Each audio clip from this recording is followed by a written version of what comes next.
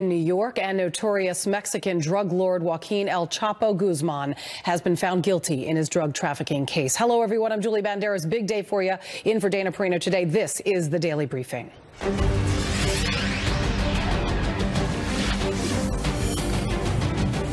The verdict was announced just shortly after noon at U.S. District Court in Brooklyn, New York. El Chapo, convicted on all 10 criminal counts, now facing life in prison. Brian Yanis is live outside the courthouse with this breaking story and the very latest. Hey, Brian. Hi, Julie. Well, Joaquin El Chapo Guzman was found guilty of leading the Sinaloa cartel over the course of 25 years. He will now spend the rest of his life in a U.S. prison. Now, this Sinaloa cartel, no other cartel has been more responsible for bringing in illicit drugs into the U.S. Cocaine, meth, heroin into the U.S. more than the Sinaloa cartel. He amassed over $14 billion of personal wealth. And today, 12 Americans, 4 men and 8 women, after 34 hours of deliberations over the course of 6 days, found him guilty on all 10 counts. The most important of those counts was count 1, engaging in a continuous criminal enterprise that carried a mandatory life sentence. El Chapo stared directly at the jury during the entire time the verdict was read, just staring at them as the jury stared back. He did not smile, as he has throughout the entire trial. He blew a kiss to his wife, Emma, the 29-year-old beauty queen who has been arriving and being at court every single day throughout this trial. Moments ago, the prosecution talked about the significance of this case. It is a sentence from which there is no escape and no return. This conviction is a victory for the American people who has suffered so long and so much while Guzman made billions pouring poison over our southern border. Now, again, the jury did take 6 days to come up with this verdict, which surprised some given the avalanche of evidence. Some 56 witnesses testified, including 14 cooperating witnesses, people who knew El Chapo the most, including one of his many mistresses who testified against him. Now, all of which, though, unfortunately for the defense, proved too much. Take a listen. I don't think anybody would doubt that we fought like hell. We fought like complete savages and left it all on the battlefield for Joaquin Guzman. I mean, this is America, and no matter who the defendant is, you still have to fight to the death. No matter what people think, what society thinks, what the government thinks, we took that obligation incredibly seriously. El Chapo's lawyers, Julie, urged the jury to really not give in to the myth of El Chapo. They said that these 14 key witnesses could not be believed because they themselves were drug kingpins and criminals, and that there was enough reasonable doubt in this case to believe that El Chapo was not the main leader. But ultimately, the jury decided that he was, and he'll now spend the rest of his life in prison. The prosecution was just, forward with so much evidence. I mean, overwhelming amount of evidence that helped get a guilty verdict out of this. Just tell us some of the best evidence that the prosecution had. Yeah, Julie, the most important evidence, I think, was really from Christian Rodriguez. This was El Chapo's main IT guy. He handed over all of his personal text messages as well as wiretap phone conversations in which you could hear El Chapo making major drug deals. I think that was huge. And I think the second biggest witness for the prosecution had to be Isaias Valdez. This was a bodyguard of El Chapo. He's the one that testified. He was the last witness to testify for the prosecution. And he said that he saw El Chapo kill 3 people, shoot 2 people in the head, and also shoot another person while burying them alive. So I think that was a major testimony at the end, and that was the last thing that the jury was left with before they went in to deliberate. All right, Brian Yanis, fascinating stuff. Thank you so much. For more on this, let's bring in Randy Zellin, a former prosecutor and defense attorney, here in studio with me, and Derek Maltz, former director of the Special Operations Division at the DEA. Thank you very much, both of you, for coming in. Derek, we're just talking about how much evidence the prosecution came forward with. They called, in closing arguments, what they had an avalanche of evidence. And that's an understatement, which included, scorching witness testimony, providing gruesome details, some of which Brian just touched on, and more that I will touch on in just a moment, of killings and drug smuggling and what have you. Did you see even the slightest chance for him not to be found guilty? Actually, I want to first commend the jury for doing a very professional job, and of course the prosecutors at the Eastern District of New York. They did a great job, and it was lots of evidence, hundreds of thousands of pages of documents, witnesses testifying. But I really want to commend the United States DEA, the FBI, the Homeland Security Investigations, ATF, U.S. Marshals, CBP, and of course our brave warriors on the ground in Mexico, the Marines, CMAR. Yeah, no, kudos to them, and kudos to those jurors. I mean, Randy, I think about if you were selected to be a juror on this trial, your life, you're really honestly thinking that your life could potentially be put at risk here, considering who you are going to put in jail, in prison for the rest of your life. I mean, what kind of witness protection is there, first of all, for these jurors? Is there? Well, they were partially sequestered. They are anonymous. And I can assure you that they literally have a bat phone. And a direct line if, God forbid, anything should ever happen. But what really is fascinating here, we heard so much talk about what is taking the jury so long.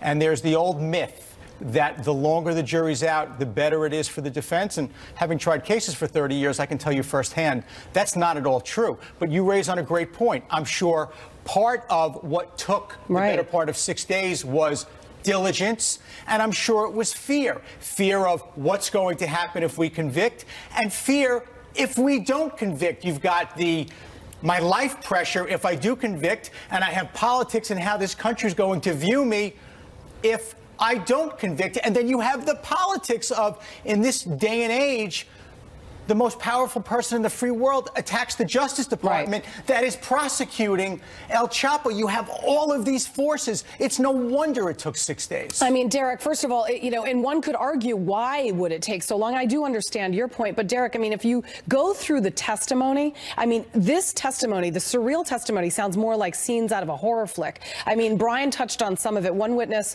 a former associate, described seeing El Chapo brutalize two rivals with a stick for hours, shoot one in the head, each one of them, and then order was meant to toss the bodies into a giant bonfire. That's one account of many. El Chapo's bodyguard, known as Memin, told the gruesome story of seeing his boss end a rival cartel member's life by first torturing him for days, burning him with a cloth iron, and leaving him to suffer while decomposing in a henhouse, until apparently workers began complaining about the smell. And Guzman then ordered his men to dig a grave. They blindfolded the captive, and then after yelling at the man, El Chapo grabbed a gun and shot him, and while the victim was still grasping for air, tossed him into the hole in the ground and buried him under a pile of dirt. I mean, that's just a slice of what they listened to, and yet they had to deliberate for that long. I mean, is it not so obvious this man was a monster?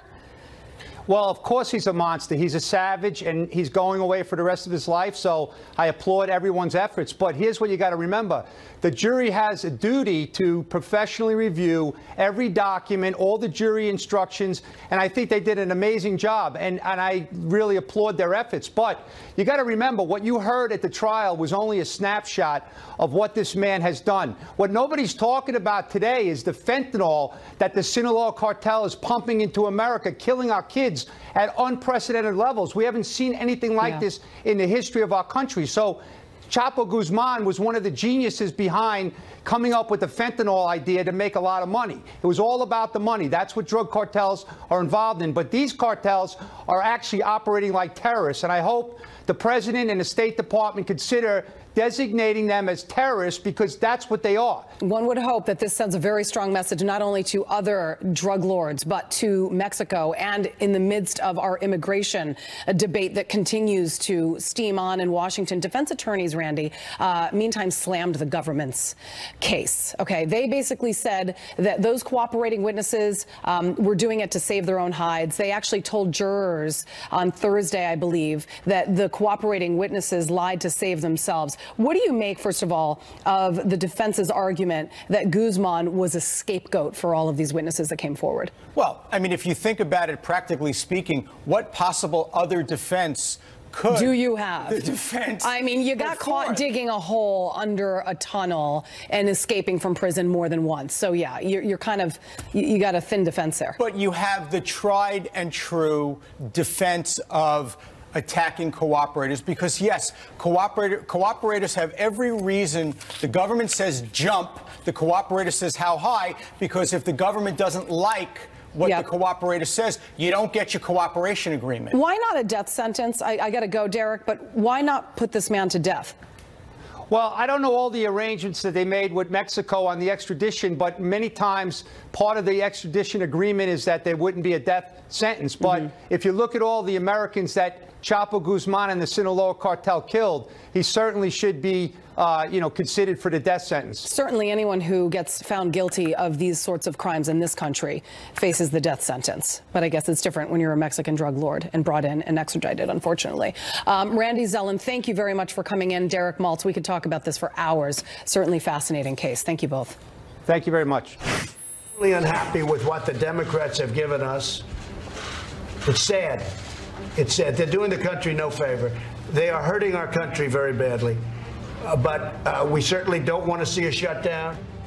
President Trump making his first comments on the proposed budget deal that would avert another shutdown. And retired astronaut Mark Kelly, the husband of former Congresswoman Gabby Giffords, announcing his next mission. We're going to need to bring people together from all parts of the state and all walks of life. So please join us. Damn the torpedoes. Fox News alerts Senate leaders at the Ohio clock, and Majority Leader Mitch McConnell saying a few seconds ago the proposed border deal is a, quote, good step in the right direction. Meantime, President Trump weighing in on the proposal, saying he isn't fully satisfied with the deal reached by the bipartisan panel. Chief White House correspondent John Roberts is following this for us as we watch it tick by tick. Every second something changes, John. Real difference of opinion between Capitol Hill and here at the White House, which is no surprise. It happens all the time. They're saying it's a good start. The president not very happy about it. He first learned of this deal last night when he was in El Paso, Texas for that big rally. He said that he looked at some of the terms of the agreement about 2:30 in the morning, but had a closer look at it today. His initial reaction, not impressed at all. Listen here. Am I happy at first glance? I just got to see it. The answer is no. I'm not. I'm not happy. But am I happy with where we're going? I'm thrilled. Because we're supplementing things and moving things around, and we're doing things that are fantastic and taking from far less important areas. And the bottom line is we're building a lot of walls. The president is talking about there is reprogramming some money. He also has something called transfer authority. He's allowed to move money around between different departments for different things. We don't know how much money he might be able to move around in addition to the $1.3 billion that's being offered to him on a border barrier in this DHS appropriation. But the one thing it looks like we are not headed for, that is, as long as Congress can pass this by midnight Friday, is another shutdown. At least not one that the president will precipitate. Listen here. I don't think you're going to see a shutdown. I wouldn't want to go to it now. If you did have it, it's the Democrats' fault. And I accepted the first one, and I'm proud of what we've accomplished because people learned during that shutdown all about the problems coming in from the southern border. I've always accepted it. But this one, I would never accept if it happens, but I don't think it's going to happen. But this would be totally on the Democrats.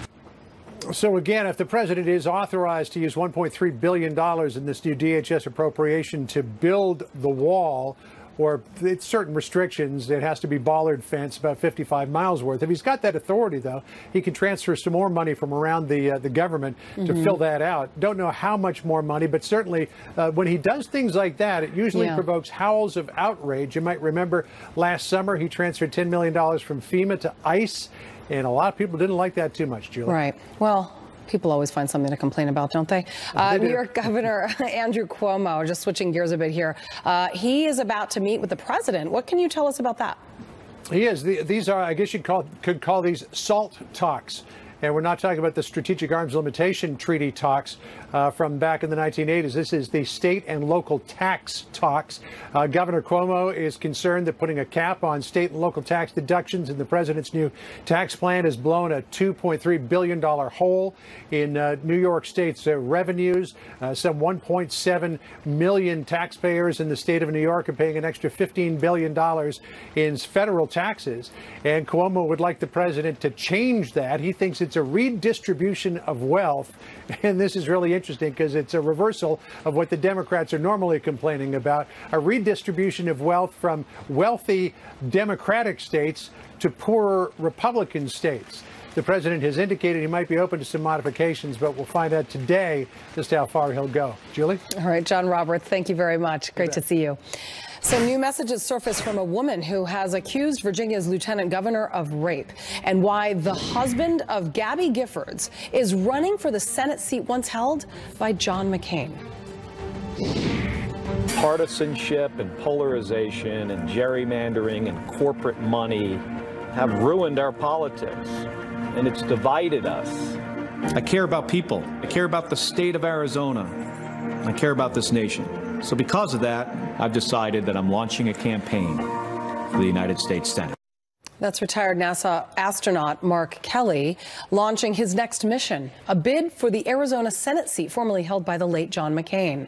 Kelly is running as a Democrat. His wife, Gabby Giffords, a former congresswoman, almost lost her life in a mass shooting in Tucson in 2011. William LaJeunesse is here with more on this. What a mission, William. Well, Julie, Kelly gained national attention first, of course, as an astronaut, then as Giffords' compassionate husband active in her recovery, then as a vocal anti-gun activist. He announced his candidacy today in that video message. I always knew that I was going to serve this country in some way. I flew 39 combat missions in Operation Desert Storm over Iraq and Kuwait. By the time I met Gabby, I'd already flown my first 2 flights on the space shuttle. Already a familiar face, Kelly will likely begin fundraising while introducing himself to Arizona beyond his Democratic base in Tucson. And then he'll go on to issues beyond gun control, you think, in a state where the NRA holds considerable influence. You know, I learned a lot from being an astronaut. I learned a lot from being a pilot in the Navy. I learned a lot about solving problems from being an engineer. But what I learned from my wife is how you use policy to improve people's lives. We don't know if Kelly will face a primary challenge, but we do know if he wins, he is likely to face current Senator Martha McSally, appointed to the job by Governor Doug Ducey to fill the term of the late Senator John McCain. Now, after she lost the Senate race to Kyrsten Sinema, by law, McSally is required to defend that seat in 2020, though McCain's term would have run through 2022.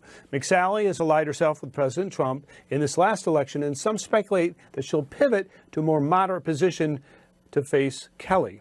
Arizona is no longer really a reliably Republican state. President Trump won Arizona by 4 points, but Democrats outnumber Republicans in Congress 6-5. Registered independents outnumber both Democrats and Republicans. Julie, bottom line, Republicans have that 53-47 edge in the Senate. Arizona is one swing state. Democrats believe they can gain another seat. Back to you. All right, William LaJeunesse, thank you very much. Now to the political crisis rocking Virginia, with the state's embattled governor planning a listening tour to discuss race, as we get new details about one of the women accusing Lieutenant Governor Fairfax of sexual assault. Garrett Tenney is live in Richmond with the latest there. Hey, hey there, Garrett. Hey, Julie, when the second accuser, Meredith Watson, came forward, her attorney said that they had evidence showing that her allegations of rape against Justin Fairfax were not new. Fox News has obtained some of that evidence. Her legal team has provided pictures of 2 conversations that Watson allegedly had over Facebook Messenger. We have not independently verified their authenticity, but one of them, the first one they sent, appears to have been sent on Election Day in 2017, and in it, Watson writes to an unnamed person saying, "I see you've been promoting Justin Fairfax on Facebook despite knowing he raped me, which is mind-blowing to me. Are you seriously voting for him today? #MeToo." The other conversation appears to have taken place earlier in the year when Fairfax was in the middle of his campaign running for lieutenant governor. And in that message, Watson sent an article to her friend about Fairfax's campaign, and she wrote, "This is absolutely disgusting. This dude raped me." Her friend then asked if she reported it, and Watson replies, "You know I didn't report it," after how the university responded when I reported Corey Maggette, and later writes, Or, of course, I want to say something. He shouldn't be running for office. I just don't know what I can do. Now, Corey Maggette was a star basketball player at Duke University, and Watson identifies him as the person who had raped her earlier in her time at Duke University. Now, she also claims that she went with those claims to a dean at the university and was told or discouraged from moving ahead with those allegations any further. Now, Maggette, through a spokesman to the New York Times, completely denies the allegations, and Duke University tells us that they are now looking into those claims, that Watson was brushed aside essentially when she brought those claims to an administrator. Julie? All right, Garrett Tenney, thank you. Brand new comments from both Majority Leader Mitch McConnell and Senator Lindsey Graham on the border deal and whether the president should sign it. Also, tributes pouring in for the longest serving member of Congress and Michigan legend John. From a Republican point of view, there is money in there for new barrier fencing, and there is no cap on interior enforcement. It's not everything the president hoped to get, but I think it's a good step in the right direction. I hope he'll decide to sign it. We're all quite interested in that, as you can imagine. That's Senate Majority Leader Mitch McConnell saying the president should sign the proposed deal. At almost the same time, South Carolina Senator Lindsey Graham offering his opinion. Listen to this. If I were the president, I'd wait till they actually write the damn thing, look at it, then I'd ask them a question, simple question. I've read this. Do you agree with me that I can reprogram up to $750 million to add additional bed space? Do you agree with me that I can take the money allocated and build steel barriers with it? If the answer is yes, then I think he's accomplished, I think it becomes a much better deal. Let's bring in Anna Palmer, Politico Playbook co-author and host of the Women Rule podcast. We heard from the president earlier today, so far not thrilled nor impressed with this deal, but nonetheless hasn't shot it down. He's also not shot down the possibility of a state of emergency to call for this wall he very much wants. What do you make of Lindsey Graham's proposal there? Wait until they write the damn thing, as he says. Well, we're going to see this very quickly because the government runs out of money here at the end of the week. So it's not going to be a lot of time. I think that the senator is trying to give the president some space. But clearly, as you saw there at the top, Senate Majority Leader Mitch McConnell wants to get this done. Yeah, I mean, they do. And House and Senate negotiators want to get it done. They say they reached the deal. The question is, is this a deal that the president would ever sign? They agreed to, in principle, provide $1.375 billion for 55 miles of new fencing. That's less than the $1.6 billion passed by the Senate appropriations last year, and a drop in the bucket compared to the $5.7 billion. The president has been not only asking, but demanding. How is this a deal? Well, like a lot of deals, it's about the art of what's possible. And here in Washington, you've had Democrats and Republicans come together. They are giving him money. They didn't do something, crazy or drastic when it comes to ICE in terms of limiting that kind of situation. So I think you saw earlier the president kind of grumbling a little bit about this. It wasn't a good deal. But I mean, truly, oftentimes here in Washington, when everybody walks away not feeling super great is usually when that is as good as it's going to get. Yeah. And I think that is what Congress is trying to tell the president. I want to play some sound from Democratic Congresswoman Anita Lowy. This is an agreement between Democrats and Republicans, House and Senate. And what's important about it, it will keep the government open. It's a compromise. And that's what we have to do right now. We put together a deal that we think is fair, that represents our values, and will do the job. Now, if the president takes a different tack, we'll have to look at it and deal with it legislatively. Okay, so let's just spell this out for everyone at home who's trying to figure out what's going on in this deal. This is 55 miles of fencing, which is a fraction of the more than 200 miles of steel and concrete wall that the president has insisted on repeatedly. It's 10 miles less than the 65 miles of fencing that negotiators agreed on last summer before Democrats took control of the House. I'd like to compare this to trying to buy a house under asking. You put in an offer, the owner rejects it, you come in, you put in a higher offer, not a lower one. Let's say the president is the owner of this house. Does he accept a lower offer on that house? I mean, I think the big issue here is the dynamics in Washington have changed after the election, right? When you were looking at some of these earlier negotiations, that was when Republicans controlled all of Washington. It's just a fact now that Democrats control the House, and so the landscape is different and the deal is different. Okay, so this all came together, by the way, as the president was in El Paso, Texas last night, as you know, telling the crowd, quote, "We're building the wall anyway." He also mentioned his aides had actually told him that negotiators had made progress. So let's talk about what kind of real negotiation needs to be done to make this happen. Because as status quo, it doesn't sound like something the president would entertain. What if the president countered by agreeing to the $1.375 billion now with a remaining $3.5 to get to his $5 billion number, let's say, by the end of his term, so that he's able to, I guess, give his base what he wanted and the government stays open, and then somewhere in the middle, throw the Democrats a deal with the Dreamers that they get protection until the next presidential election? I mean, is that something that could potentially go down behind closed doors? That seems pretty far off from where they are right now. Yeah. I mean, if you look at this, the president is not an active party in this negotiation. This is a bill on the hill, and that's what's going to happen. I think what is probably much more likely is two scenarios. One, either the president actually not only threatens but does veto this, says this is not enough for me, I'm not going to do this, and then the government shuts down. Or number two, it would be, does he find some way to have an executive action, a national emergency declaration that would be able to repurpose money with kind of saying, you know what, Congress, you did what you did, but I need more, and I'm going to find executive action as the way to go forward. Which he pointed out today that several other presidents before him have done that, so it wouldn't be the first. Anna Palmer, thank you very much for talking to us. Great seeing you. Thanks. Democrats finding themselves on the defense these days, from accusations of racism and sexual misconduct in Virginia to anti-Semitic comments by a freshman lawmaker. So are they losing their moral ground? Peter Doocy has more from Capitol Hill. Hey, Peter. Julie, a lot of the language from Democratic leaders lately has been trying to shape Republican policies as immoral on things like tax reform or the Kavanaugh confirmation or border security. The GOP tax scam is a moral obscenity. It violates every standard of fairness and decency that we expect of for our children. You are either complicit in the evil, you are either contributing to the wrong, or you are fighting against it. Children incarcerated in warehouses and, according to one account, kept in cages. This is a moral and humanitarian crisis. But now Democrats aren't really talking about policies, instead forced to defend themselves against charges of anti-Semitism, sexual misconduct, or racism within their ranks. And President Trump seems to know that Democrats are distracted by problems caused by people like Democratic Governor Ralph Northam.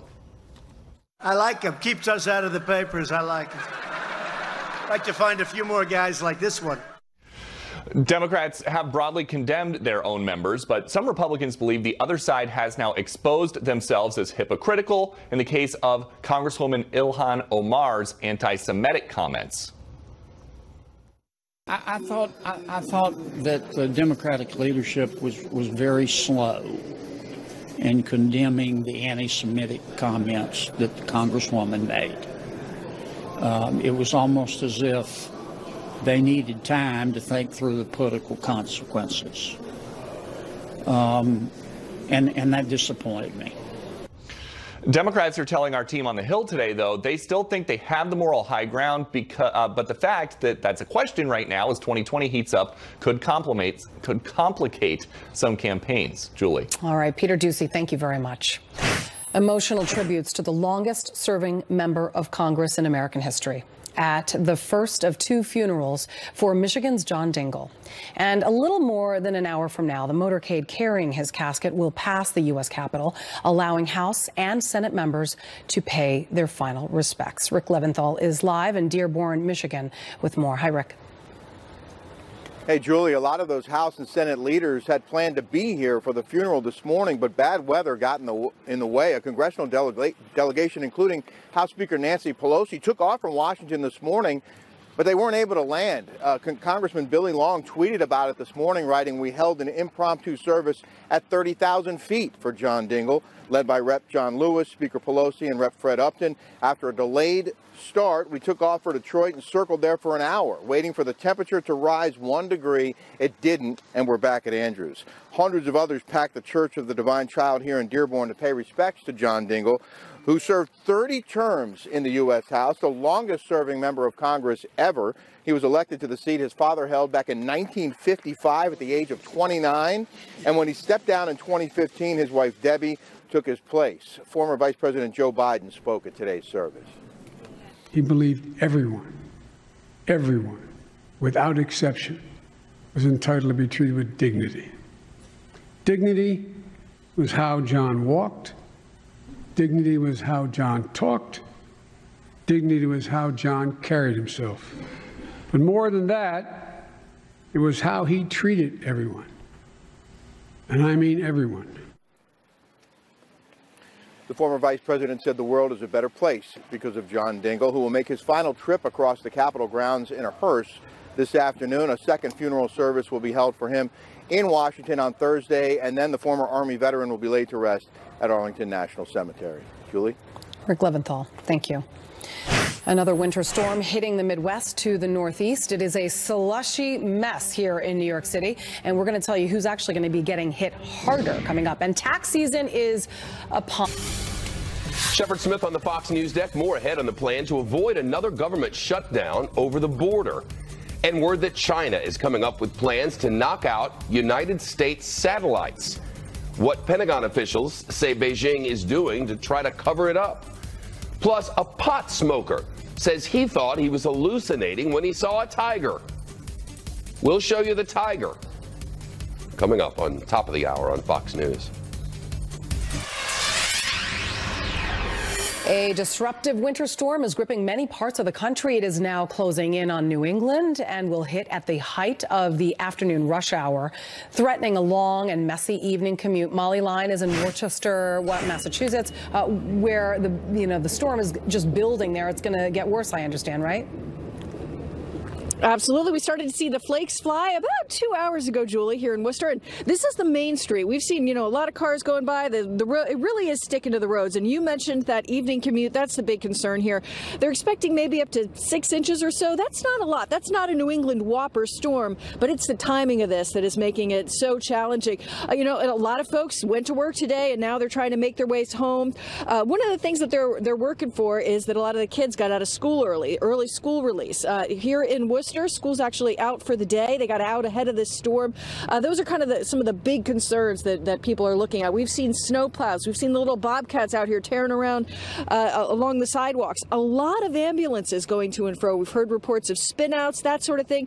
So it's going to be a pretty sloppy one out there. Another thing that we're watching, Logan Airport, hundreds of flights canceled or delayed. You talked a little bit about that earlier in your show, Julie. So really, this is the type of thing that just really snarls things up until it can finally taper down, head out overnight, and they'll be able to begin to get things cleaned up. Julie? All right. And what are conditions like elsewhere in the country? Well, we have some video to show you from Gary, Indiana. They got a lot of ice out there, just kind of like Icicle City. One of the big things they're looking at there are those warnings as far as ice storms are concerned. Slippery, very poor conditions. Kind of speaks to just the messy swath of the country that's getting hit